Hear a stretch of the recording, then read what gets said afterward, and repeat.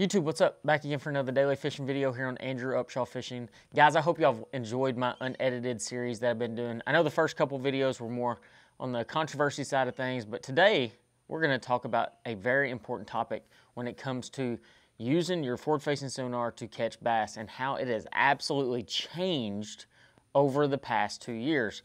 But real fast, if you haven't subscribed to my YouTube channel, make sure y'all do that. It's in the bottom right-hand corner of the screen.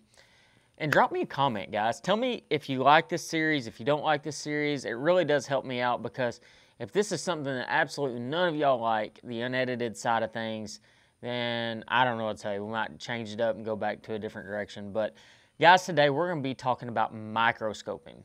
And I'm not talking about a microscope. I'm talking about how scoping using forward-facing sonar, more importantly for me, active target 2, has changed over the course of the last couple of years. And I'm not talking the controversy side. I'm just talking about the bait presentation and how you have to change your baits up to catch bass. You know, when I first started using a, forward-facing sonar, active target 2, one thing that we were able to do is take big baits. You could throw it to fish that were right under the boat, and a lot of times they bite. You could do a lot of different things. But now the fish are getting a little bit more educated.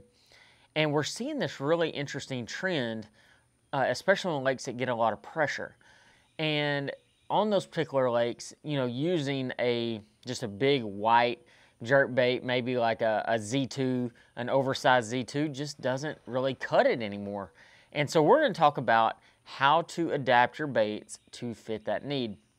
If you look at some of the highest pressured lakes in the world, one of them is Lake Biwa out in Japan, and they're using 2, 3, 4 pound line.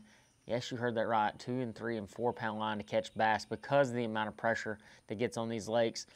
And as a savant of using very, very small line, I've started noticing that in certain situations, especially on lakes that get a lot of pressure, that 4 and 5 pound tests get me a lot more bites. But it's beyond just the the line aspect of things. I've really started noticing, especially when we get this time of year, and I'm talking like August, early September, even the end of July, when they started feeding on shad about this big. And you can see them everywhere, and you can't catch them. And it's maybe one of the most frustrating things ever. And I'm not just saying on active target, I'm also saying like with your eyes, you'll see them schooling, you'll do all those kind of things. And for whatever reason, they don't like to bite. So we're going to jump right on into this. The standard rig that you see a lot of guys throw, and I just have a white bait rigged up on it right now. And this is just a baby Z2 on a little 3/16 ounce jig head. But that is your standard rig. And when I say downsizing, I mean like severely downsizing. So if this is what you would normally throw, this is what I'm talking about throwing.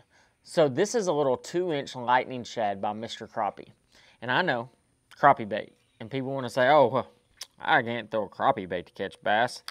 But the harsh reality is, guys, is right now is the time to throw the lightning shad, amongst a bunch of other baits. But I'm going to go through a few baits that I like to throw this time of year, and also show you a couple new baits that maybe you haven't seen. So this is a bait right here. This is I want to say they call this the fuzzy dice. I don't even know what you call this, but I ordered me a pack of them after seeing Easton Fothergill win with this thing. But it's tiny. I mean, if you look at it in comparison to the little lightning shad, it's a really, really small bait.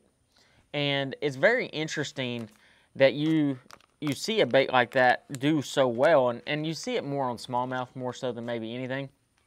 But the lightning shad, especially this time of year when they start feeding on those really small bait, it really tends to excel. But one thing that we've noticed over the course of time is finding the right jig head, figuring out exactly what colors to throw, and so on and so forth. So I'm going to show you a couple first off, I'm going to show you a couple of colors of the lightning shad that I really like. And there's really 3 that I throw day in and day out when it comes to bass fishing, for the fact that I think there's 3 different situations to use it. So the very first one that I have tied on almost all the time is called Blue Ice. It has more of a pink purple back with silver flash and a pearlescent belly. One of my favorite ones though, let's see, what do they call this one? Tuxedo Black Sparkle. So it has a black back, but if you hold it in your hand, there's a significant amount of pink sparkle. I really like how the back is way different colored than the belly. And so what that means is when I'm shaking it through the water, you're seeing a good wobble side to side and you're getting that color change. The other one I like to throw is called bluegrass. It's a chartreuse belly, but it's a really light chartreuse and a blue back. And what this does, especially when you get in a little bit more stained water, it shows up, but it looks more like bone or white. And for whatever reason, I tend to get a lot of bites on it. But guys, you can't be afraid to downsize your baits this time of year to get those extra bites. But I did finally find the jig head that I really like on this thing. I think it is the jig head to throw. And quite honestly, I didn't even know it existed until now. But it's the range roller head by Owner. And this particular head, you know, you see it, this is actually what this head is too. And as you can see, the difference in the size jig head here, this is just, I think, the 3/16 size. But I want you to look at the hook size difference, okay? It's a significant change in hook size. And that's what makes this one so unique, because you're not going to go out there and throw a really big bait on this deal. This actually has a size 2 hook, not a 2/0, a size 2, which is the perfect size for this lightning shad. I mean, look at that, guys. I mean, that is the perfect fit. And the unique thing about this is that this is a heavy-duty hook, so you can use a little bit heavier rod. And that's one thing we run into with like crappie fishing, is if you get a jig head with the wrong size hook, a lot of times it's going to cost you. And I don't necessarily want a pink head or a chartreuse head or an orange head when it comes to bass. I need something that is extremely natural, and that lead head is going to give me that. But the other thing that this gives me, by using this lightning shad and this range roller head, if I use the right action rod, I use a 7.2. In this situation, I'm throwing a 7.4, but I like a 7.2. It's a medium action, or actually maybe a medium light, signature series rod by Lew's. It's got enough tip to it that I can shake that bait, but it's not going to overpower the lightning shad. A rod like this one, the 7.4, is going to overpower a bait this size, and you don't want to overpower it. You want to be able to let it do its deal. The 3/64 is the size that I have, that I use more than anything. I'll go down to a 1/32, but the only time I go to the 1/32 is if I'm dealing with fish that are trying to school and I need to get a slower fall rate. And a lot of times when you get in school and fish, so many guys, especially on these really high-pressured lakes, and I'm not even talking forward-facing sonar, but when you start getting on these high-pressured lakes, if you throw a big topwater, or let's just say a Z2 out there and you're jerking it around, or whatever you're doing, and the fish are just coming up and looking at it, and they're not eating it, it's because they're eating shad this big. And that's when you go out there with that lightning shad, and you can absolutely terrorize bass. Now, I'm not going to say you're going to go catch 20 pounds doing this, and I'm not saying that you're going to win a tournament doing this, but what I will say is that if you need that extra bite or two, if the fish are being finicky, you can pick this bait up and you're going to be able to get bit. And sometimes this time of year, fish get really, really weird, especially when lakes start turning over, thermocline gets all wonky and things. Another little bait that has become a huge player is a little hair jig. You know, this is the Shoe Shiner by Strike King Mr. Crappie. Once again, this is just a chartreuse one for the sake of the video, but they make shad colors as well.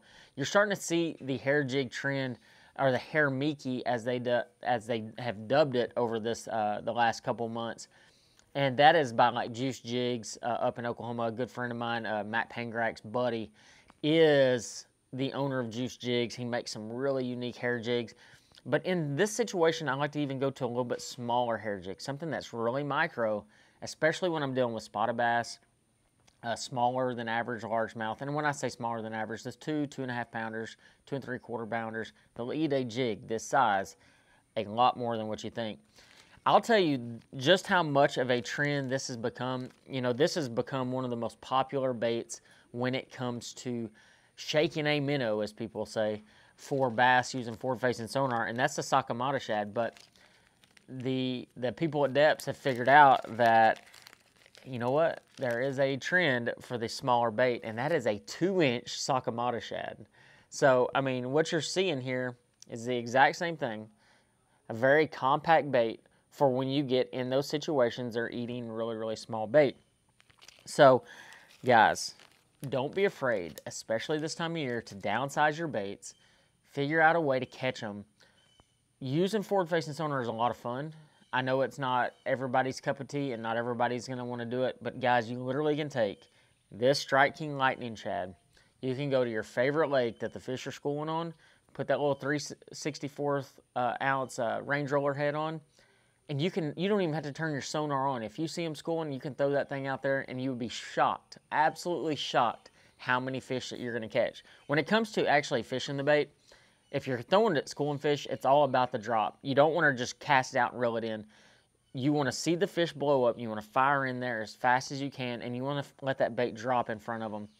As soon as it drops about 2 to 3 feet, you want to raise it up. You want to kind of shake it back to you. Not reel it, not fast, but just kind of reel and shake at the same time. And a lot of times that's when you're going to get your bite. 9 times out of 10, you're going to get the bite when the bait hits the water and it starts twirling down, because that's what that Lightning Shad with that 3/64 head does, is it'll twirl down, and a lot of times that triggers that fish into biting. But guys, I hope y'all enjoyed this unedited version of how to catch fish microscoping when you're out there. I'm telling you, right now is the time to do it. It is so much fun. You want to take a kid out there and just have a blast and catch a bunch of fish. I don't care if they're this big or this big. Today and right now is the time. But guys, I hope y'all enjoyed today's video, and I'll see y'all on the next one. See you guys.